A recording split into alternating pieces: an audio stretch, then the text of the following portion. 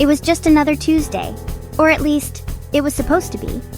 The sun painted the sky in cinematic colors as Maya walked home from school, headphones in, the world familiar and safe. She passed neighbors, exchanged small smiles, and let her mind wander to dinner and homework. This walk was her daily ritual, her buffer between school chaos and home comfort. She belonged here. Every crack in the pavement, every barking dog, every friendly face.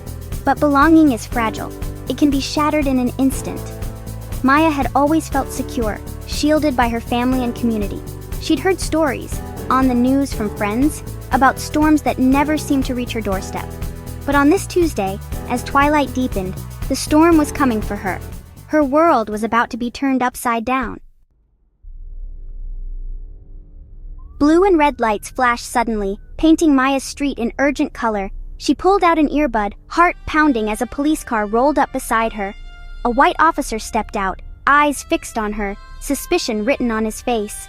Maya froze, the weight of his stare making her feel exposed and guilty, though she'd done nothing wrong. "Stay right where you are," he barked, voice sharp. The laughter from the park faded. Fear crept in. She'd seen scenes like this on TV, but now it was real. Her fear was real. The officer's hand rested on his holstered gun, a silent threat. In her own neighborhood, Maya was suddenly a suspect. The safety of moments before vanished, replaced by cold dread. The sunset's beauty was now a cruel backdrop to a nightmare. The ordinary Tuesday was gone. This moment would haunt her forever. "What are you doing in this neighborhood?" the officer demanded, accusation heavy in his voice. Maya's heart raced. She lived here, but his tone made her feel like an outsider. He looked at her uniform, her skin, her hair, and saw someone who didn't belong. "I live here," Maya whispered, pointing down the street. The officer scoffed. "Right! Everyone lives here when I stop them. Let's see some ID." Her hands shook as she pulled out her school ID, offering it to him. He snatched it, barely glancing before tossing it to the ground. The gesture stung. He refused to see her as a person. To him, she was just a problem, a statistic. Tears welled in her eyes as fear tightened its grip. She felt powerless, trapped by prejudice, all because of the color of her skin. The world she knew was slipping away. The officer's aggression escalated. "We've had break-ins here," he said. "People like you casing the area." The words were a thinly veiled slur. This was about race, not crime. He opened his car door, releasing a large German Shepherd K9. The dog growled, muscles tense, eyes locked on Maya. The officer smirked, using the animal as intimidation. "He's good at sniffing out trouble," the officer taunted, stepping closer. The dog strained at the leash, growling louder.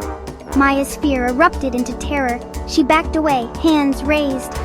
"Please," she sobbed. "I haven't done anything, I just want to go home." The officer ignored her, tightening his grip on the leash. "One more move, and I let him go," he threatened. The threat was clear. Hate and fear filled the space between them. Maya was trapped. The world narrowed to the snarling dog and the officer's cold eyes. Injustice pressed in from all sides. Suddenly, a sleek black car pulled up, headlights slicing through the tension. The officer's attention flickered to the newcomer. Maya barely registered the car. Her focus was on the dog, the threat. A tall man in a sharp suit stepped out, moving with quiet confidence. He took in the scene. Police lights, snarling dog, terrified daughter.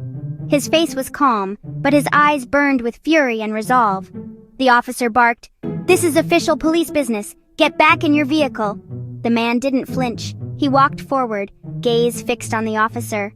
"That's my daughter," he said, voice steady and powerful. The balance was about to shift. The officer scoffed, still clinging to his authority. "I don't care who she is," he snapped. "She's a suspect!" But the man in the suit stepped closer, placing himself between Maya and the officer. His voice changed, calm replaced by command. "Officer, I am giving you a direct order. Stand down, now." The authority in his voice was absolute. He revealed a gold badge. Deputy Chief Inspector Marcus Jones. The officer's face drained of color, arrogance replaced by shock. "Sir, I didn't know," he stammered. The power dynamic flipped instantly. Justice had arrived, in a suit and tie. Deputy Chief Inspector Jones ignored the officer's apology. He turned to Maya, his voice softening. "Are you all right, sweetheart?" He hugged her, letting her sob in his arms. She was safe. Then his tone hardened. "Officer, your name and badge number." The officer recited them, pale and shaken. Jones called for a supervisor and demanded the body camera footage. A sergeant arrived, recognizing the gravity of the situation. Jones explained, racial profiling, verbal abuse, a K-9 threat against a child. The officer was relieved of duty on the spot. Weapon and K-9 surrendered. As he was led away, Maya felt relief, anger, and vindication. The truth was undeniable, and for once, it set her free. The days that followed were a blur of investigations and family support. Body camera footage confirmed everything: unprovoked aggression, threats, abuse of power. The officer was suspended, then dismissed. The evidence was too clear. The community rallied around Maya, but the trauma lingered. Her father was her rock, explaining every step, never defending the system that failed her. He demanded change, launching new training on de-escalation and bias. For Maya, seeing accountability mattered. It validated her experience. It didn't erase the pain, but it sent a message. What happened was wrong, and it was being taken seriously. It was a small victory in a larger fight, a testament to a father's love and the power of standing up for justice. We know this isn't how the story usually ends. For every Maya, countless others don't get justice or protection.